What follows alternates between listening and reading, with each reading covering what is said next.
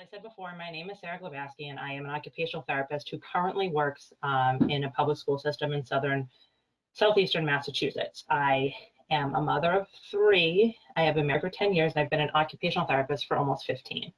I got both my undergraduate degree and graduate degree at Worcester State College. I have school-based as well as rehab experience. And one of the things that I think makes me a really kind of a unique situation is that I have sat on both sides of the IEP table before, which gives a different perspective on things. As a school-based therapist, you're usually the one kind of providing the explanations and the kind of the plan moving forward. But having sat on the other side of the table, being the one at the receiving end of that, it kind of has made my presentation at these IEP meetings just a little bit different, because what you're hearing from as a recommendation from your own child is much different than when you're just giving it to somebody else. So it kind of gives me a perspective from both sides of the table, being both the presenter and the recipient of materials presented at an IEP session. That being said, I just wanted to start out a little bit about who are school occupational therapists.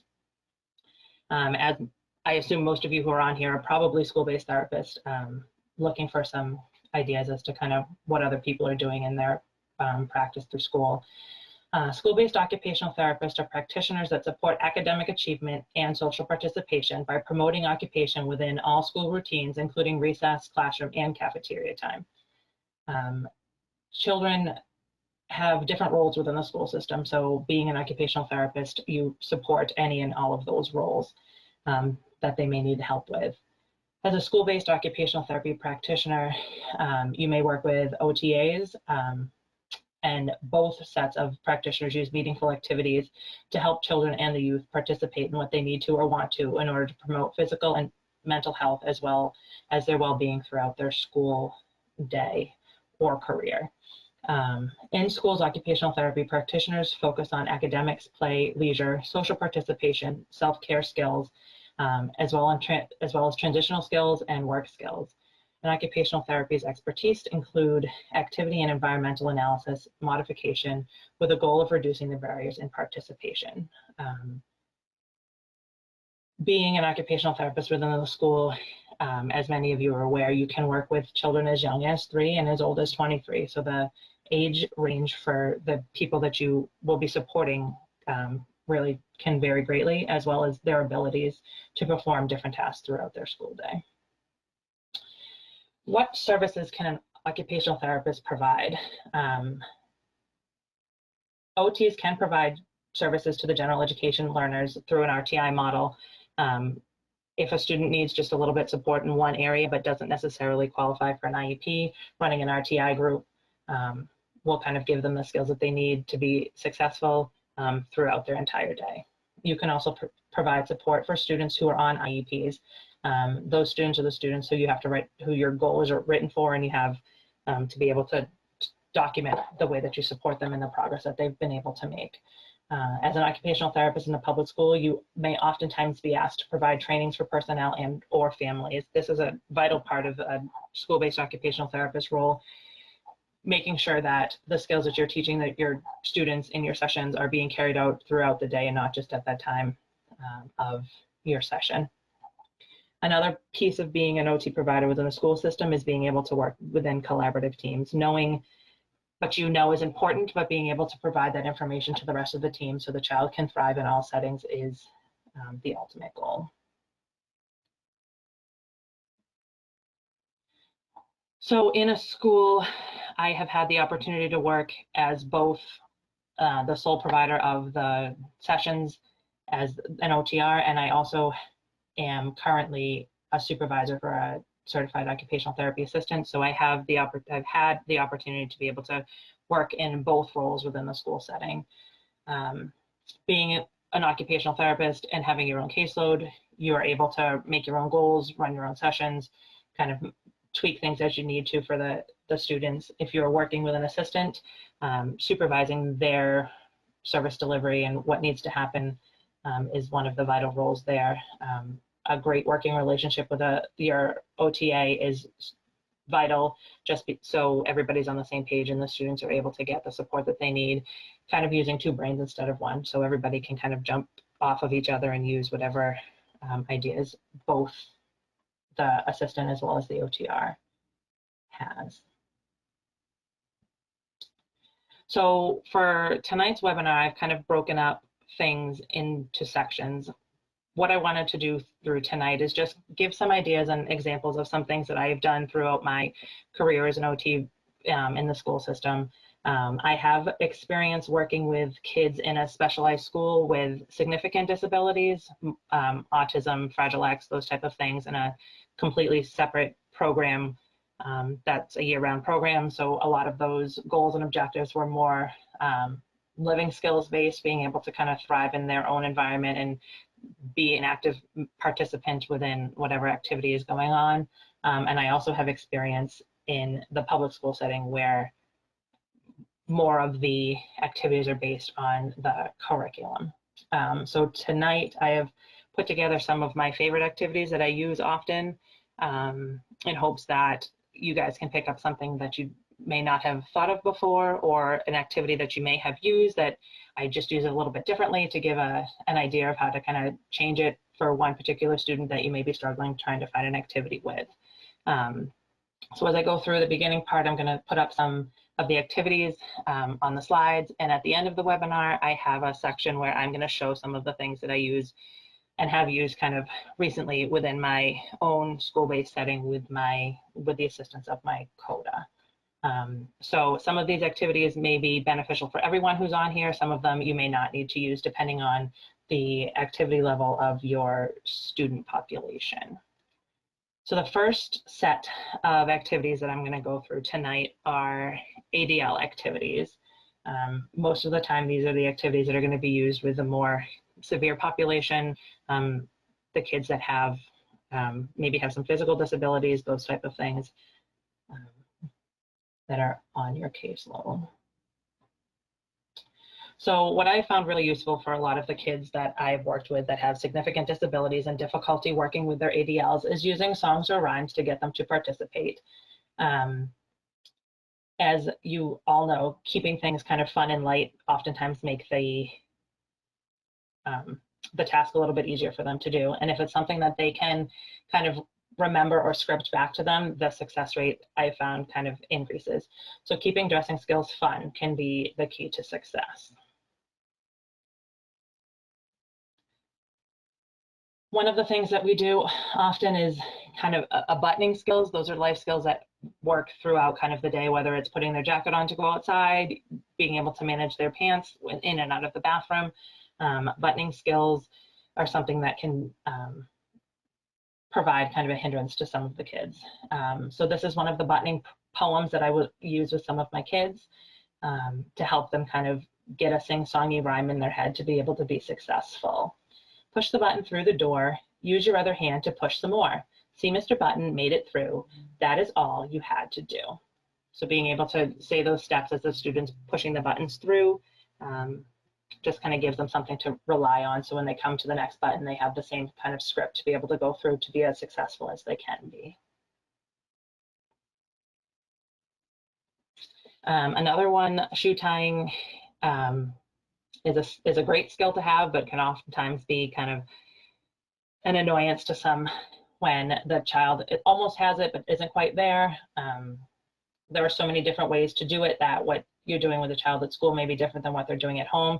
So I find once I find one kind of attempt at how they are most successful, sending home a little rhyme so that mom and dad or whomever's at home can use it to kind of carry over that skill. We all know that having that carryover is key to success. So there are many, many, many different ways to do shoe tying. These are two of the songs that I have found helpful. With today's technology and having to do a lot of the skills remotely, there are a lot of great YouTube videos also that kind of break the shoe tying steps down one by one, and sometimes having the video to watch makes it a little bit easier for the student to carry over the skills into their own day-to-day life. So here's two of the songs that I have had success with some of my students. Cross the laces, make an X, then you switch your hands, pull them both to the sides, and then we start again. Over, under, take one lace, below the X, down low, grab the laces, pull them out, now we're set to go. So if you take those statements and break them down into each step, the student's able to fulfill whatever action that you're asking them to do, and by the end of it, they are able to tie their shoe. The second one is the bunny ear method, that sometimes you hear it as the old school method, using the bunny ears and around the hole. So make a bunny ear, pinch it way down low, take the other lace around, this is what I know.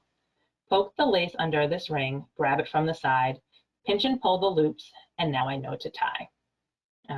Just two little kind of poems that may be helpful with one of the students that you may be struggling with shoe tying with.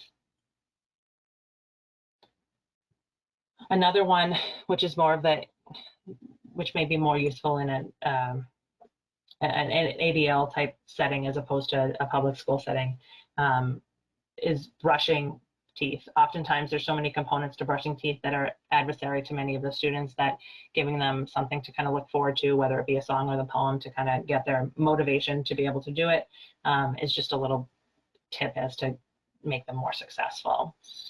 This is one of the poems that I printed out and posted inside some of the bathrooms that we do work on toothbrushing at. Got my toothpaste, got my brush. I won't hurry, I won't rush. Making sure my teeth are clean, front and back and in between. When I brush for quite a while, I will have a happy smile. And the kids really react to kind of that happy smile cue.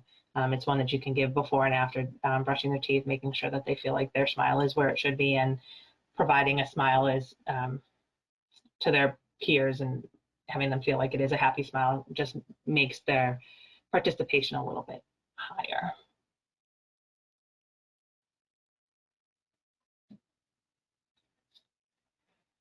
So some ADL activities, cards and activities to work on some of these skills. Sometimes working on skills, just giving verbal directions isn't how students learn the best. So having some visual cues oftentimes will help.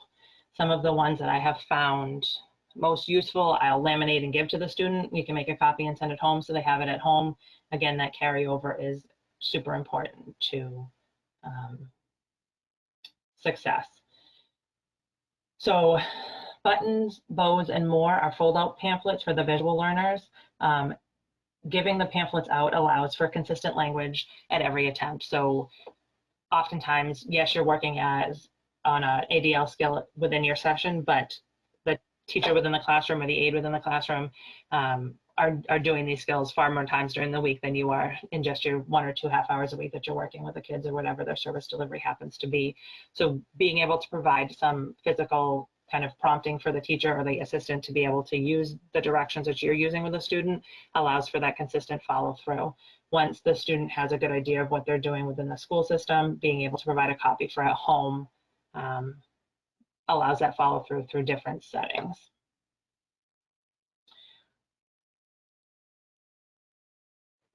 One of the things that I do use oftentimes is this book here called Activities of Daily Living.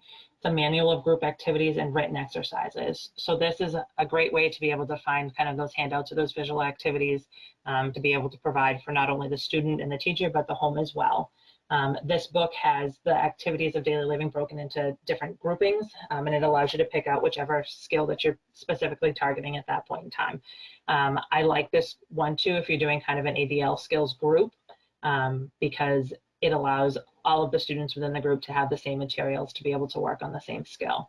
Some of the skills that are included in this particular book are personal hygiene, laundry skills, money management, leisure skills, and nutrition. I used this book a lot when I was in the specialized school to work on kind of life skills.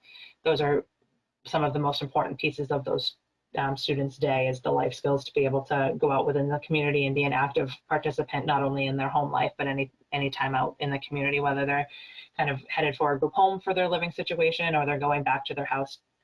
Being as independent as possible is always the goal. So when you can give somebody the skills to be independent, it makes their life just that much better. Another thing that I use often are dressing boards or vests. A lot of the times I find the best dressing boards or vests are the ones that are kind of handmade either by myself or someone within the system, or someone that has kind of great sewing skills at home.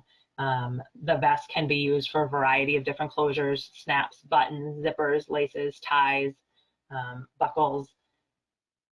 I have done vests that have clips on them as well. I know nowadays a lot of even the mainstream kind of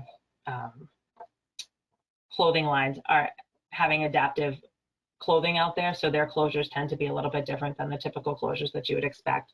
So being able to change up the closures to your dressing vests or boards is helpful, because the students now are able to access adaptive dressing, adaptive clothing to whatever their particular need happens to be.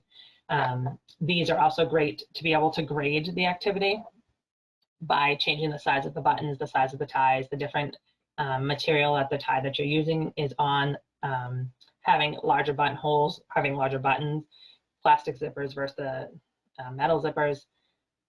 Velcro can be used in any of these as well.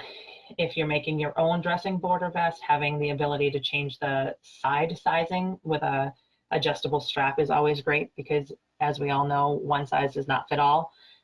So being able to adjust to the size of the student that you're working with is also very helpful. So here are some examples of some of the dressing activity boards or vests that are out there. That blue one is actually a vest that we have at my current school. Those buttons are great and large, and the buttonholes have been used so many times that they actually slide in and out really quite easily. So the students tend to have great success with that. If you flip it around, the vest on the back has much smaller buttons. So that's an example of how we've graded that activity to get the student to be able to generalize skill through not only the large buttons, but the small buttons, as well as work on those fine motor skills to be successful no matter what kind of button they come across. The picture that has the colored boards, I love these boards because you can do them in front of the student as opposed to being on them. Having the prop in front of them changes the angle of that you're working on, so the students tend to have more success as opposed to having to look down on themselves. So being able to tie it in front of them before you actually attempt to put it on them sometimes gives them the confidence that they need to be able to try things when they're on them and have success there as well. The board on the bottom there has just a bunch of different closures. Those are kind of exploratory type things. This one that I put up here has the different buckle spots as well. Positive and negative to these is that with the buckle clips on there, things like seat belts or gait belts that the student is wearing or has in their wheelchair or on their walker oftentimes have those different type of buckles. If you want the student to be independent and be able to get in and out of those type of situations, then working on them is obviously a positive. However, if it's a safety reason and you need them to be able to stay kind of in those situations, training some of these buckles, although giving them the independence, also gives them the independence to get out of the equipment that they may need for safety.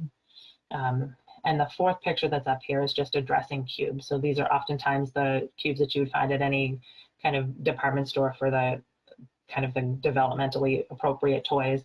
And each side has just a different closure or button, a buckle, a snap, a Velcro, that the students can kind of roll and figure out which one that they have to perform before they can move on to the next task. There are a variety of other dressing boards and vests and plates out there, but these are just some that I have used in my sessions with my students. Toileting is a task in and of itself. There are so many components to toileting that make it difficult for some of the students to learn, that I'm just going to go over a few of the things that I found successful. I know that there are many more kind of things that go into toileting that I'm not going to touch upon, but these are kind of some of the things that I've had success with.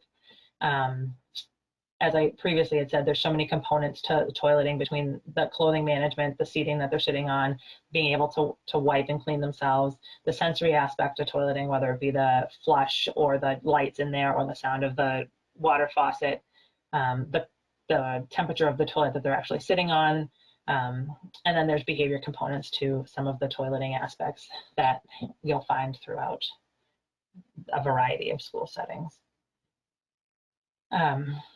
Clothing modifications, as I previously said, I know that some of the the department stores now have adaptive lines kind of out within the public realm. I know that Target has their own adaptive line, and I'm pretty sure that Kohl's now has a line within their store that you can go and purchase adaptive clothing when you don't have to modify as much yourself to make the kids as successful as possible. One of the kind of first modified clothing that you wouldn't necessarily think is modified clothing are with the tear-away basketball pants. So having the ability to have the snaps all the way up provides easier access for some of the students who are unable to kind of pull up and down on their pants. Velcro flies are great because you can modify any kind of pant to have an easier open and close if they're not able to manipulate a button. Jean buttons tend to be one of the more difficult buttons anyways. So if you can kind of put a Velcro fly on there, it makes the independence that much greater. And as I had said, Target does have a modified clothing line, and I'm pretty sure that Kohl's department store now has a modified line that you can just go to the store now and pick up their modified clothing, which is great for anybody who has braces on or feeding tubes or anything like that. The toileting seating, there are so many different types of seating, whether you're dealing with a neurotypical child or an atypical neurochild. What works for one, as we all know, may not work for the other. It's kind of a trial and error piece is what I found through my trials and tribulations in the bathroom. Boys and girls also prefer different methods. Having a smaller reducer ring that fits inside a general toilet reduces the feeling of kind of falling in. So that top picture there shows kind of what a reducer ring is, so that they can sit on a typical toilet without having that kind of falling sensation. Anybody that kind of has that gravitational insecurity, those I found success with those. Oftentimes with the boys, if you have them actually sit backwards on the toilet, you can give them a dry erase marker to write on the cover to keep their attention while they're sitting on the toilet instead of it being kind of a struggle. And the dry erase marker comes right off with a baby wiper, even an eraser if you get there fast enough. The blue toilet seat up at the top there is a complete modified system. So people that don't necessarily have the trunk control to sit on a toilet, you can purchase systems that provide torso support if that's what's needed for the student. Sometimes it's something as simple as putting a footstool on the toilet so they can just step up. Changing the height of that footstool may be all that's necessary for some of the kids to have success. Having handrails next to it to be able to steady themselves. The target practice for the boys tends to be kind of a fun thing to make toileting a little bit more exciting, whether you use the red target that's pictured here on the slide. I've done things like goldfish in the toilet or Cheerios in the toilet as well. Having some sort of target to aim at tends to make toileting more of a game as opposed to a difficult task for them. And some kids just need a smaller kind of set of toilet, whether it be a plastic toilet potty, or they do have in some preschools and kindergarten, they have actual porcelain toilets that are smaller. So finding a size that is comfortable for whatever student you're working with. These are just some of the examples. There are many, many, many different seating options to help with toileting.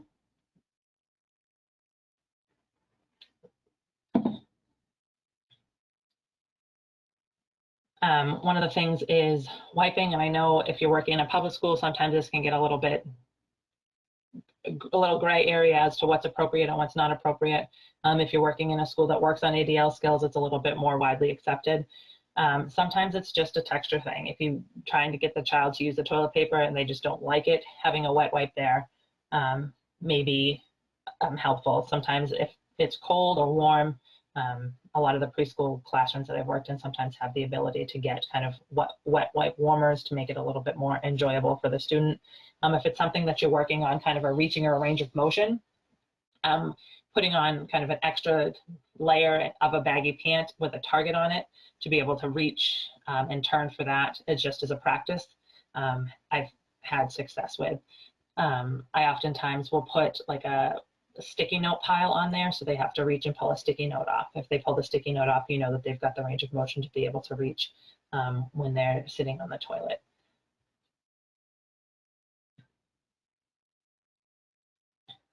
Sensory issues in the bathroom are a huge part sometimes to the students' difficulties. There's so many pieces that go into sensory when you're thinking about the bathroom. Some of them that people may not necessarily think about include the color on the walls, the color of the tile, the glare from the lights, the brightness of the lights. The temperature in bathrooms tend to be a little bit chilly, and some kids are sensitive to that. And the other piece is any of the auditory sounds that may be heard, whether it's the pulling the toilet paper off the roll, the flushing of the toilet, the closing and locking and unlocking of the doors. There's so many pieces of the sensory world that come into play here that oftentimes I found success training in a one-stall bathroom first before you generalize that skill into a multi-stall. Tends to cut out some of the sensory input, and then you can weed out what is truly the core of the issue as far as the sensory piece. If any of you are parents, you may have the sticky on the eye of the flush, so the flush doesn't go whenever anyone moves on the toilet, and then being able to pull it off at the end to flush is just a little trick that I have used with my own kids in public restrooms.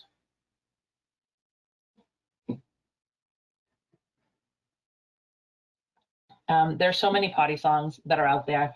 As I said before, YouTube is a great resource to kind of Google through and get whatever tune is catchy for the child that they prefer the most at that point in time. CoComelon, I know that that's a really hot one right now for a lot of the younger kids. They have a ton of potty songs. So if you Google CoComelon potty songs, you'll get a huge list of things to go through. And he said that kind of cartoon tends to be the it thing right now with a lot of the preschoolers that I work with. And don't be afraid to use the resources that are around there. YouTube can be your friend. Another website that I found helpful is mrspotty.com. They have a lot of songs and rhymes to kind of help with different aspects of toileting.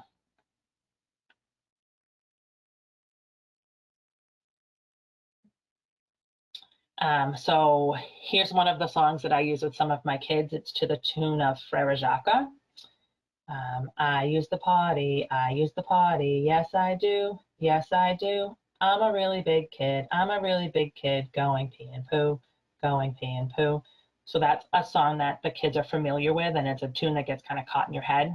And the idea of being a really big kid and using the potty and being able to go into like the bigger kid class, if that's the goal, having that incorporated into the song just kind of reinforces the idea that this is something that I want to do. This is something that my friends are doing. And if I want to get into the big kid class, this is something that I need to do.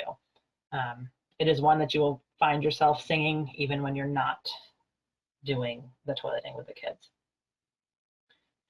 Another one, this is to the tune of Twinkle, Twinkle, Little Star. Again, it's just kind of those positive affirmations to get the student as excited about going to the bathroom as possible, being independent and being able to do it just as their peers do, and being able to advance in those skills. Not only does it make the teachers happy when they can do this independently, but mom and dad are really quite grateful after they have kind of mastered some of those skills. So this one happens to be to the tune of Twinkle, Twinkle, Little Star. I'll spare you with my singing for that one. Oops, sorry. Some of the potty seats and toileting accessories that I didn't go over before, sometimes just changing up the toilet seat to have something fun on it, whatever the child tends to be interested in. You can find a lot of the under the sea aquatic kind of toilet seats fairly easily in just about any store that sells them. But sometimes just having a different seat on there, the contrast in color from the white toilet to the colorful seat, or just having the ability to make it more fun. So you're not just sitting on kind of the white seat. As I had said before, the use of seat toppers to allow for the smaller openings and less of a fall through feel. If you're scared sitting on the toilet, you're not going to want to be there. So giving them the sense of security while they're there is really important. So whether it's putting a smaller seat on, having something fun there, turning them around to sit backwards, whatever it takes to make them successful initially, then you can groom the behavior into kind of a more traditional seating arrangement while they're in the bathroom.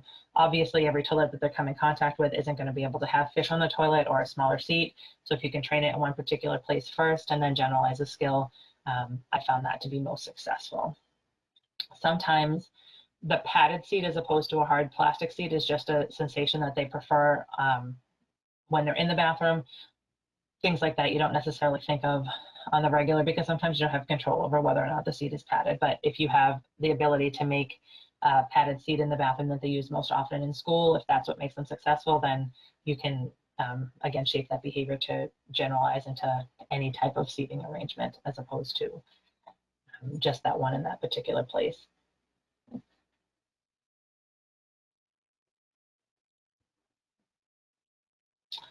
And for the boys, there are some definitely options that are different than for the girls. Standing is definitely an option that they have. I found that putting masking tape on the floor at a spot to stand so they know kind of where they need to stand so they make it into the toilet and not on their feet. It just gives them that concrete visual of this is where I need to be before I start to use the bathroom. Having targets in the toilet that are not going to clog the toilet is a great kind of option. So the little Cheerios will dissolve within the toilet as the goldfish do as well. The kids tend to gravitate towards these edible snacks because you're not supposed to put snacks in the toilet, but when you're in OT, you can do fun things like that. Having the goldfish in the toilet, they do live in the water, so it kind of gives them that realistic aspect of let's put some fish in the toilet and then have a target to use. They do have hoods for the back of the toilet, so you don't have to constantly clean up after the little boys who have a little bit more difficult time aiming.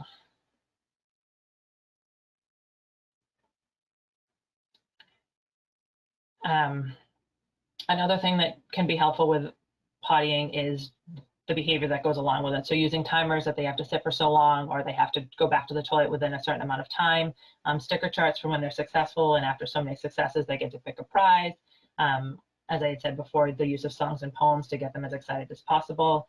And then just use the resources that you have around you within the school setting. Yes, it may be an ADL skill that you're working on, and as the occupational therapist, it may kind of be your domain, but use the skills of the ABA therapist or the BCBAs, and even a speech and language pathologist. If you have a child that has a speech deficit and you're trying to get them to sing a song that they just can't sing, they can't produce the sounds for it, you're not going to be successful. So use the other professionals that you have within your team to come up with a plan that is successful for not only you, but the child. The song that I have here,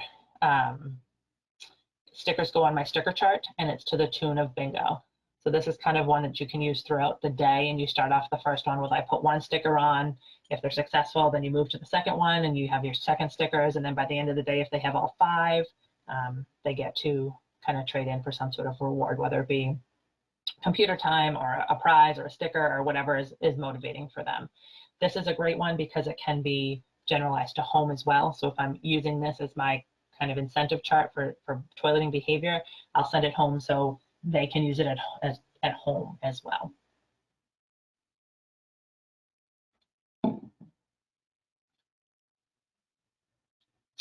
So working in several different school districts, I've had the opportunity to work in school districts that have plenty of money and budget is not really an issue. So if there's an item that I need or would like to provide within my sessions, I can go and ask, and most of the time they'll just purchase it. But I also have worked in districts that budget is truly an issue, and you only have a set amount of money at the beginning of the year, and if you need more supplies, then it's kind of on you. So some of the fine motor on a budget tips that I have kind of come through have been helpful just by using some of the things that are readily available within the OT motor room, as well as now that we're in kind of the COVID world, being able to have some of these ideas to use at home.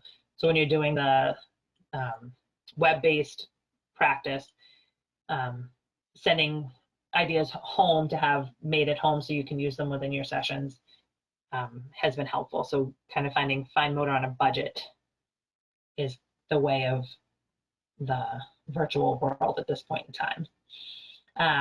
One of the things that I use often are the handbooks, the activity cards, and the workbooks, just because you can make copies of them. They have lots of different programs that allow you to kind of post your worksheet or activity up on the screen, and you can have kind of an interactive session.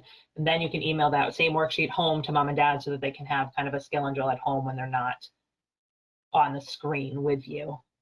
It's kind of an easy way to kind of groom, for lack of a better term, the parents to hear what you would say while you're completing these activities, and then they can use the same language when they're working with the kid at home. I oftentimes will start the next session with what I finished with to see if they've made any growth within the week by working on it at home.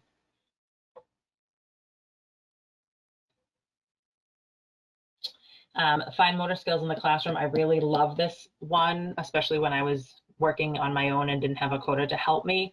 I love this book because there's screenings right within it. So if you're going into the classroom and you're working with one or two specific children, the teacher always is going to come to you and say, hey, I have concerns about this kid or that kid.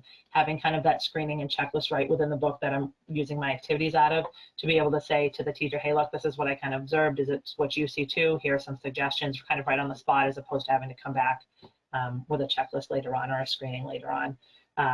This Fine Motor Skills in the Classroom is a great activity book when you're providing your in-class supports. I do have this with me, so at the end I'll show you some of the pages that I oftentimes will go to at the end of this webinar. The secondhand therapy cards I love. I love it because it has the visual on one side with the verbiage on the back. I have all of my cards. I have two sets of this. The cards that are at school are all laminated, so we can kind of check off as we go along. It also makes for easy COVID cleanup. Just a little wipe down with the wipes. But I really do like this because it has both the visual and the verbiage on the same card. And the activity cards vary in skill. So sometimes you pick a skill that will take you the entire session just to do one card, and sometimes you can have to do 2 or 3 within a session. I also like these cards when you have a group of kids. So if you're working with 2 or 3 kids and they may not necessarily be at the same level or working on the exact same goals, you can kind of hand a card to each child and give them the freedom, especially if they're kind of in the older grades, 3rd, 4th, 5th grade, depending on your caseload. The independence with this is increased just because they have both the visual to kind of fall back on with the verbiage on the back. So these are also cards that I'll use when I'm doing virtual therapy, because most of the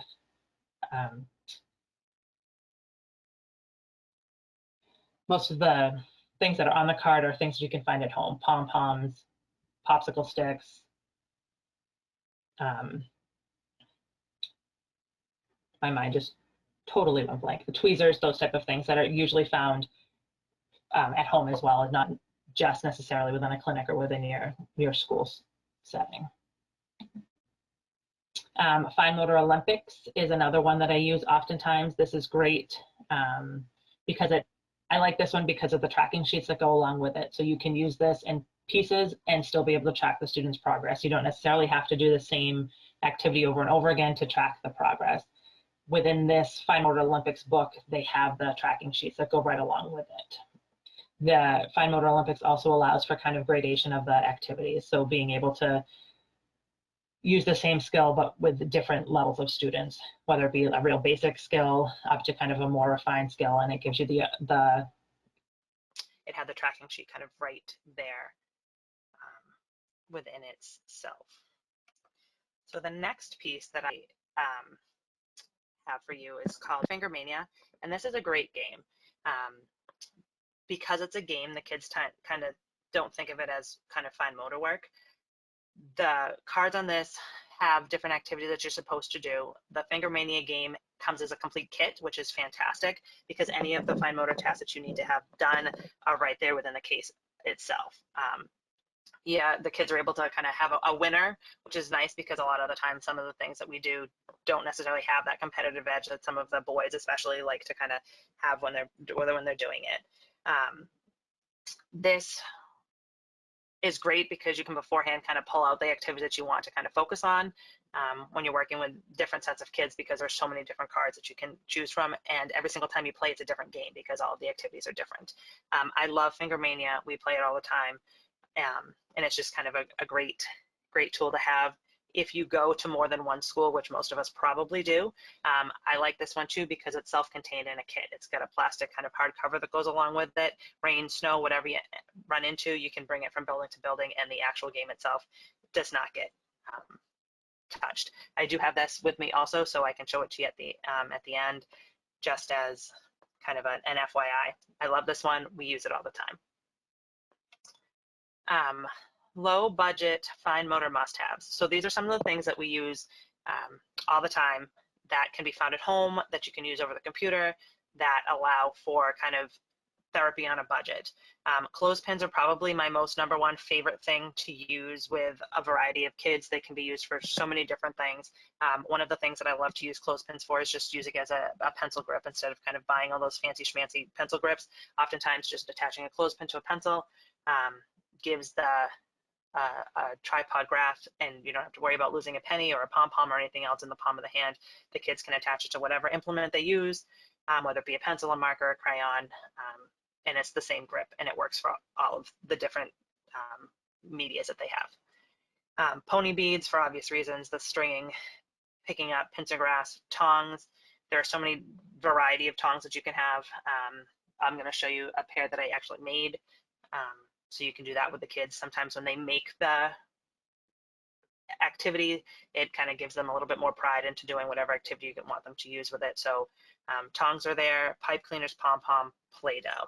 Those are all things that are kind of in my go-to bag of tricks for kind of low budget activities. Like I said before, clothespins are probably one of my favorite things. Go on the edge of just about anything. Colors, numbers, letters, match them. They also can be graded. As we all know, some clothespins are harder to open than others. They come in different sizes also. So if you're working on kind of little teeny tiny hands, they have the much smaller clothespins, and then the bigger clothespins, obviously for the bigger hands. You can buy different kind of resistances with the clothespins as well to kind of build up some strength within those little hands as well. I like the clothespins because if you're working in a group, it can be graded without the kids really knowing that what the student next to them has is different than what they do based on the student's need. Pony beads. So the pattern stringers is the picture of the mermaid there that I have up there. This is one of those activities that most likely is going to take more than one session. But I do it a lot with my older kids, especially at the end of the year. You can print out the patterns with the colors and you have to string the beads through. It takes that bilateral coordination, the fine motor, the hand-eye, and then they come out at the end with a really kind of cool keychain at the end. Making the octopus by just stringing the beads and using egg cartons is something that we use all the time. The little bendy people with pipe cleaners and kind of putting their body pieces together with different beads. And then at the bottom, I have the tongs that I was talking about before, sorting colors, being able to pick up just one bead at a time, having that control. If you're working with kind of the younger crowd, pony beads come in sizes, so being able to sort them with sizes, colors on pipe cleaners of the matching colors, making jewelry out of them, those type of things. You can buy some of the pony kits at like a Michael's or any of those craft stores if you want to have the right amount of color for each thing as well. The tongs here, there are so many different types of tongs that I'm sure you'll find floating around your workspace, your motor space. These ones here pictured are kind of prefab ones that you can buy at any of the kind of therapy stores. They're different sizes, different kind of pressures that need to be used. You can pick up different things with them, whether you're doing pony beads or pom-poms or cotton balls. Erasers oftentimes are ones that my kids like to pick up also. So tongs are able to be different sizes for different size hands, and they're gradable to whatever task you are working on at that particular moment. Pipe cleaners. These ones the kids oftentimes get really excited about because it's not something that they necessarily use day to day in the classroom. As shown here, I like to do the 3D geometry shapes. Those are really kind of fun whole class lessons that you can do when the class is working on geometric shapes, pulling out the pipe cleaners, being able to count the sides and the faces. pipe cleaner can be used as a really simple pencil grip. It's kind of non-invasive and it just kind of makes the pencil look cool, but it gives kind of some traction and a little bit more girth to the pencil depending on what you're looking for. I do letter and number formation using pipe cleaners. However, if you're working on stroke order, I wouldn't recommend necessarily using pipe cleaners because you can't always make the letter and or number with top down, bottom down correct stroke order. And then one of the pictures over to the right is rainbows with pipe cleaners. It's green floral foam that you just kind of push it into. And I also use colanders when they're at home. Most houses have colanders that they can use, and being able to thread the pipe cleaners through that is just kind of a strengthening skill that is easily done within the home setting. Another thing that I love to do is just the folding activities, whether it's an origami piece, folding fans, using kind of the fortune tellers. The kids like to be able to kind of have a product at the end. This works on the fine motor skills, eye-hand coordination, visual perceptual skills, and then they get to have something to kind of take away with them at home. These particular Pokemon my kids actually did do. Pokemon is a big thing in my house, so being able to make Pikachu was kind of really a big deal. So there's all sorts of origami activities that can happen that you can find just kind of online. The flower up at the top is actually a card that when you fold together, it opens up, it says mom, and there's a nice little flower in the middle. So that's a Mother's Day spring activity that I'll do with the kids. It gives them kind of a sense of pride as to, I was able to kind of do something that's difficult for me and make something really kind of nice that you're going to appreciate at home. Pom-poms can be used for so many different things. My favorite clothespin up at the top with a pom-pom on it, uses a paintbrush, perfect. You can get small pom-poms, big pom-poms, whatever it is to fit the space that you're using. The whisk is one of my favorite things to do, especially now that we've gone virtual. Most households have whisks. So putting the pom-poms on the inside and having to pull them out, whether they're using their fingers or tongs, it's just kind of a fun activity to kind of work on those skills as well. The bottom there is a little just Tupperware container with a hole put out of it. Some of the kids that have really kind of low fine motor skills, just being able to pick up a pom-pom and putting it into that container. Easily gradable by the size of the hole on the top of the container. Sorting down at the bottom by color, you can use the tongs again to sort the pom-poms by color. And then that picture in the middle there with the numbers on it. This is a pom-pom maze. The numbers are actually written on tubes of paper, not paper towel, toilet paper tubes.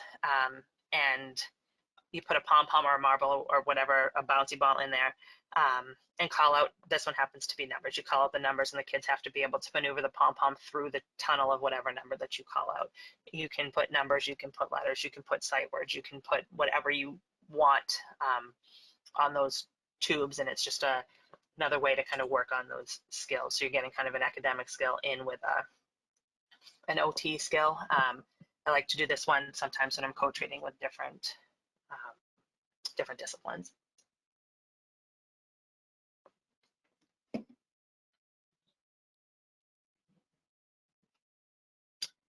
Play-Doh. So I'm sure everyone is well aware that there are so many different recipes for Play-Doh, which is great because there are so many allergies now within the classroom. If you're working kind of in the lower level classrooms, you need Play-Doh that's definitely edible, so you're not going to have any issues if it goes in the mouth. Some of people have the wheat allergy, so you can't use flour. There are so many different recipes out there that it's great now. Being able to add scent or texture to your Play-Doh kind of gives a different sensory perspective. One of the things that I like to do with my little girls and little boys, depending on the action figure you have, is kind of make clothes for the princess or the action figure using the Play-Doh. So dressing them up in a different gown and then taking it all off and making sure that you get all the Play-Doh out of it. Another thing that I like to use my Play-Doh for is for some of those kids who may have a little bit of an OCD component to them. If you're asking them to do mazes and they mess up and then they get really upset that they've kind of bumped into a wall and now they have to erase. If you roll out a nice long snake with your Play-Doh and manipulate through the maze. If they make a mistake, it's no big deal. Once you pick it up and move it, you can't see it anymore. That way they have the proper kind of path to go through the maze. Then they can use their pencil or marker and kind of go through it the proper way without having kind of those mistakes made. You're working on multiple skills all at the same time, and you get multiple exposures to the same activity.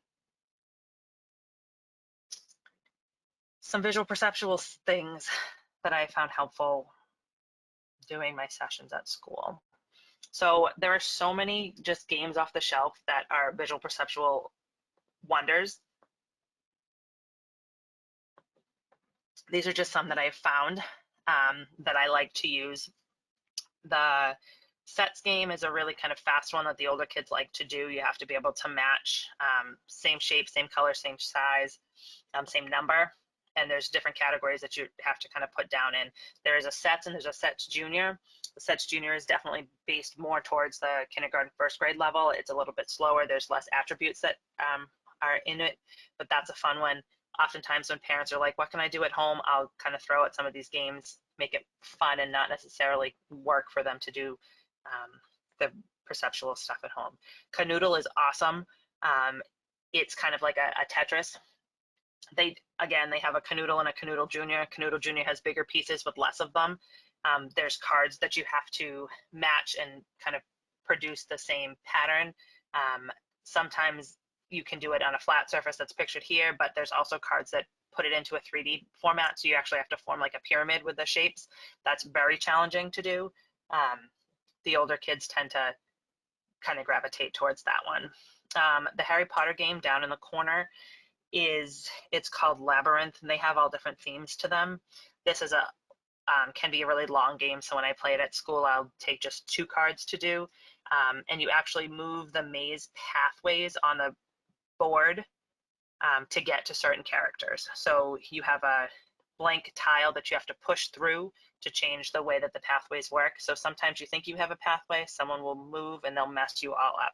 So you have to use your visual perceptual skills to be able to kind of track through the pathway to get to the next character that you need to get to. Race to the Treasure is a great game for kindergarten, first grade, and sometimes into second grade. You have to pick up tiles, make a path to the ogre treasure at the bottom of the board.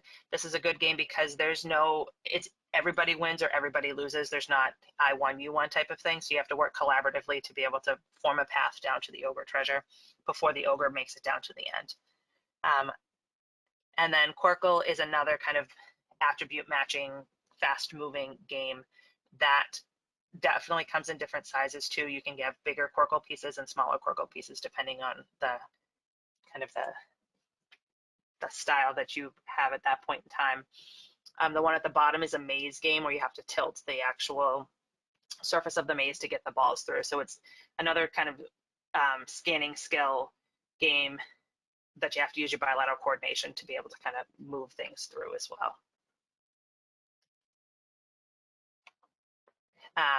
Mazes are kind of a staple as kind of a warm-up thing. I love to do mazes. Like I said before, you can put Play-Doh through them.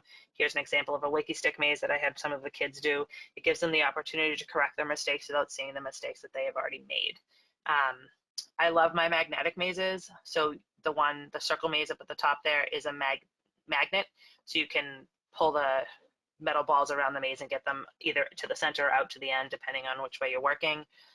And the picture of the 3 mazes together there, those are raised mazes. So there's actual like a tactile cue for the student if they are going kind of over the boundary. It gives them that physical cue that, oh, I just went over a bump and I'm not supposed to do that.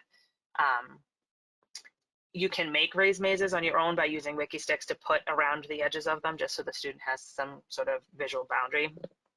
And then the marble run at the bottom, or this one happens to be a water maze where you put the water at the top and it flows all the way down through. So being able to build something where you put the marble or water at the top and it actually makes it down to the end, it gives them kind of a sense of accomplishment as to putting the pieces together and watching it flow down. If they make a mistake, the ball doesn't make it to the bottom or the water doesn't come out at the end, they have that kind of feedback of, okay, I need to go back and track and see where I made my mistake.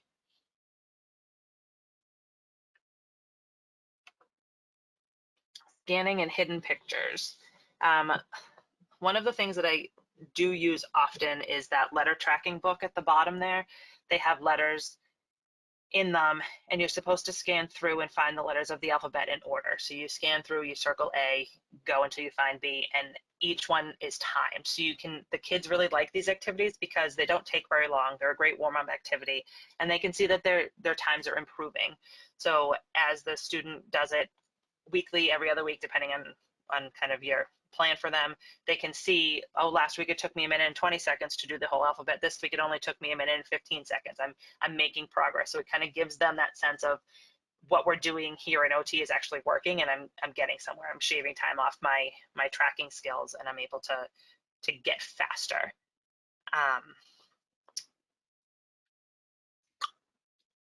So the scanning activities can be from left to right or top to bottom. How many can you find? Those type of activities. It gives you an opportunity to provide them with a systematic way of looking through things to make sure that they found all of whatever it is that they're looking for.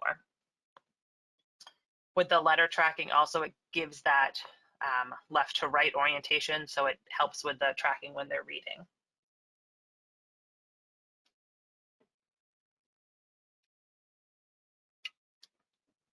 The next set of activities that I have done here is cutting. Lots of different kinds of scissors, lots of different ways to adapt that.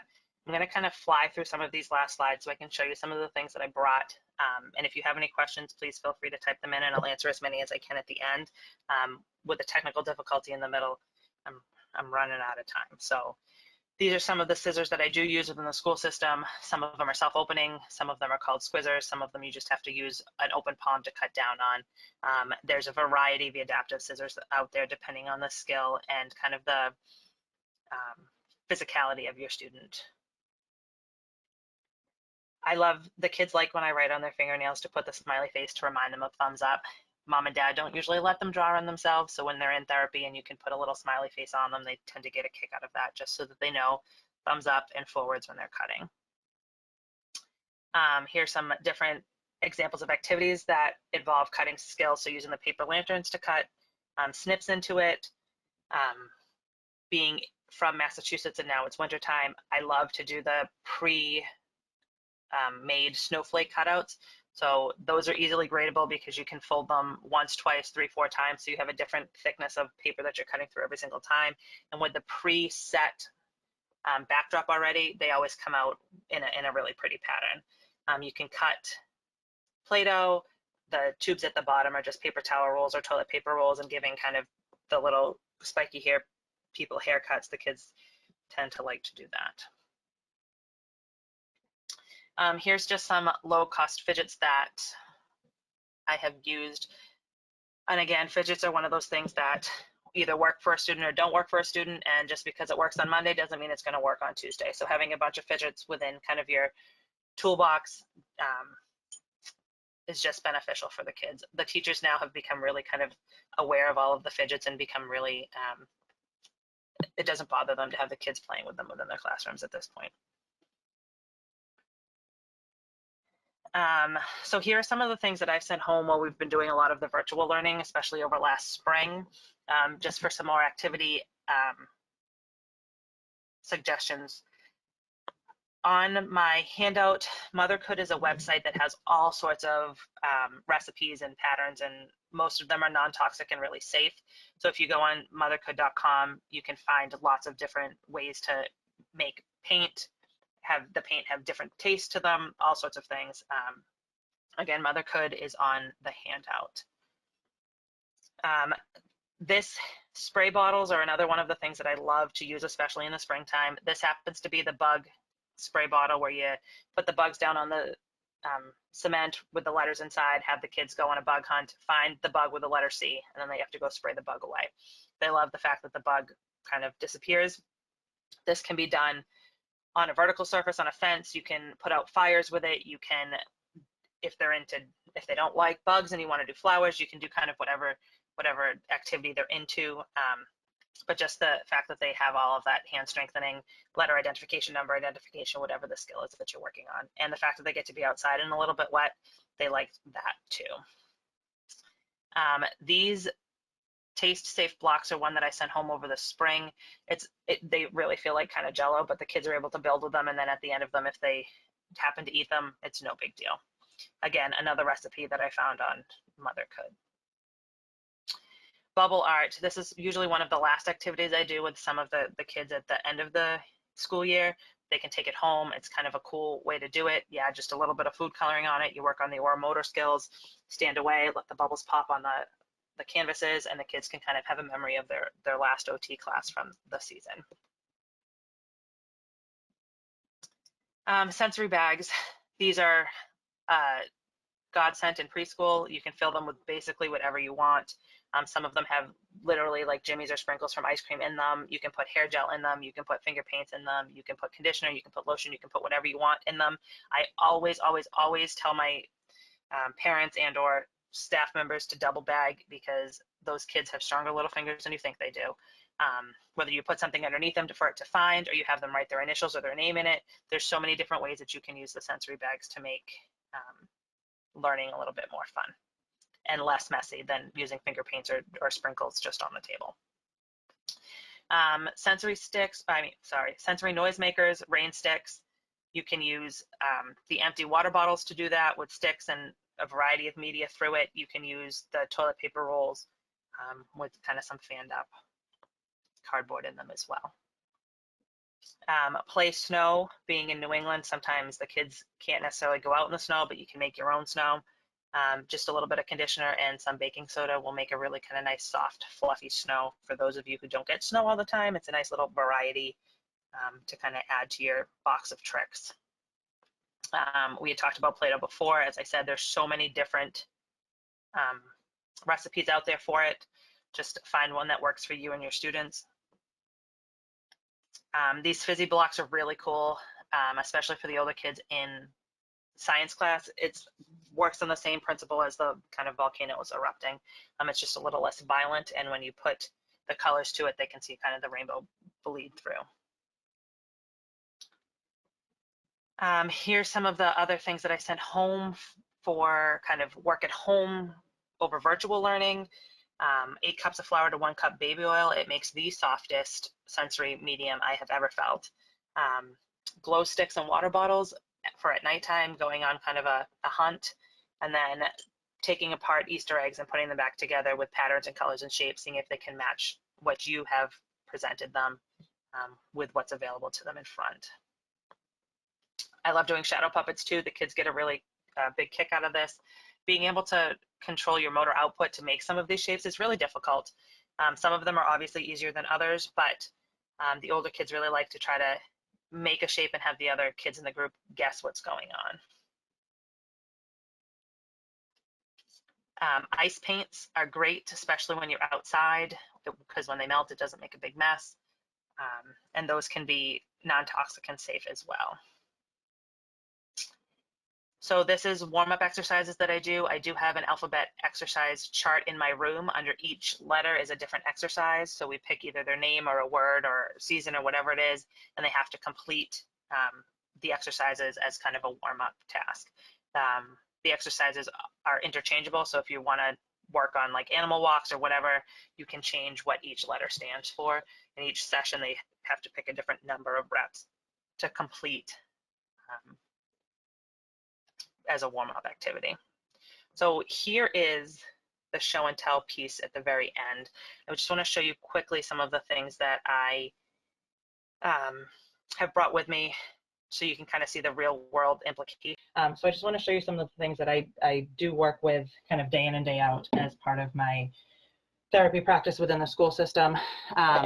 This is one of my favorites, the color wheel with the clothespins on it. This one happens to be colors. You can use numbers, letters, anything like that. Pull them off, put them on. Lovely. One of my favorite things to do with a clothespin is just use it as a pencil grip. So it can go on a pencil, it can go on a marker, it can go on a crayon, anything like that. Instead of using kind of the typical pom-pom or penny or dime to hold in the palm of your hand, if you wrap your hand around the clothespin, it and then do the tripod grasp on it. Even if the students let go, the clothespin doesn't go anywhere, you don't have to pick it up off the floor. And I like it because it can be used on virtually any type of implement. You can use it on a paintbrush, it can be on a pen, a pencil, marker, crayon, anything like that. I have this is the Finger Mania kit that I was talking about before. It comes in the plastic kit, and with inside the kit, everything you need to do the cards is in a baggie. So the pom-pom, the wiki sticks, pencil sharpeners, hole punchers, beads, all of that is right inside. The cards are all laminated, so they give you different tasks that you have to do, different fine motor tasks that you have to do to advance on the board. I also have, I wanted to show you some of the books that I use oftentimes in, here's the Activities of Daily Living book that I have. Inside it has all different activities, gives you the directions and the verbiage to do so everybody can follow the same thing. This is great because you can make as many photocopies as you want. Life skills type things for life skills class, Activities of Daily Living. I have my fine motor in the classroom. This is the one that I love to bring into the gen ed classrooms when I'm doing push-in services because it has the screenings right inside of it. I always have a copy of it. I can do whatever I need to do with the kids when the teacher kind of comes up to you and says, hey, can you look at so-and-so? So here's the screening checklist that you can go through when you're in the classroom working with the students. Again, fine motor in the classroom. This is one that I have a copy of at every single building that I'm at. Self-care with a flair. This is great because it has the rhymes right with it. Some of the rhymes that I showed in there, you're able to, I don't know if you can see, you're gonna make the copy and the rhyme, backwards, the rhyme with the skill is right here in the book. It also gives the picture visuals too. So being able to make copies and laminating that to kind of leave wherever the ADL skill is happening at that point in time. I have things that I use here. These are Q-tip cards. So each Q-tip has, each card has a design on it, and I use Q-tips to ask the kids to kind of recreate the design. Those I found, the templates I found online. I have my secondhand therapy cards that I use. These are great because they can be just kind of wiped down. Each card has a different activity on the front and the directions on the back. So I can give 3 different kids 3 different cards and have them work on an activity independently, kind of watching how their independent skills go. I do have more to show you, but I want to have time for some questions. So if anybody has typed in any questions, Allison, I don't know if this is a kind of good time to do that. All right, so one of the questions that's come in tonight, is the blue vest something you made or bought? I showed is definitely something that was made. I actually had a parent that did it once their child grew out of it. They let me keep it because it didn't fit anymore. So it's definitely well loved. I oftentimes think that things that are homemade definitely tend to be more practical than some of the things that you can buy in the store pre-made. Great, and where did you get the snowflake website? Or what is the website for the snowflake design? So you can just Google snowflake templates, and they just be careful because some of them are really difficult. So depending on the level of the student that you're working with, they come with all sorts of things in them. You can get like princess shaped ones, you can get just snowflake ones. And the great thing about that is you can grade it depending on how many folds that you need. Some of them are folded just in 4, some of them are folded in 6s. So depending on the cutting ability of the student and the ability of the scissors that you're using, you can grade that activity really quite easily. Great, what is the name of the ADL book that you're using? I have 2 ADL books. So I have Activities of Daily Living. This I use when I'm doing life skills groups kind of in more of the specialized settings. And I also have Self-Care with Flair. And I believe both of those you can order right on Therapro. I love this book just because of everything's kind of all-inclusive. It has the pictures, the rhymes, and the directions that everybody can have the same verbiage to use with the kids, just so the consistency is there.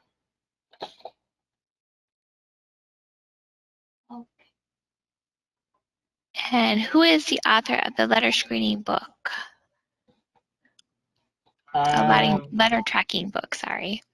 So I don't know off the top of my head. I'd have to go back and look through my PowerPoint. Whoever asked that question, if they want to shoot an email, I can definitely get you the author of that book, but I do not know off the top of my head. Okay, when you use the screening tool, do you have a good substitution for the candy wrapper? I tend to just use kind of paper that's in the classroom, just a kind of piece of paper that they can just kind of twist up and untwist. I know that it doesn't give kind of that medium in the middle, but it gives you the idea of if they can isolate their finger movements in both directions. All right, it looks like that is all the questions. Oh.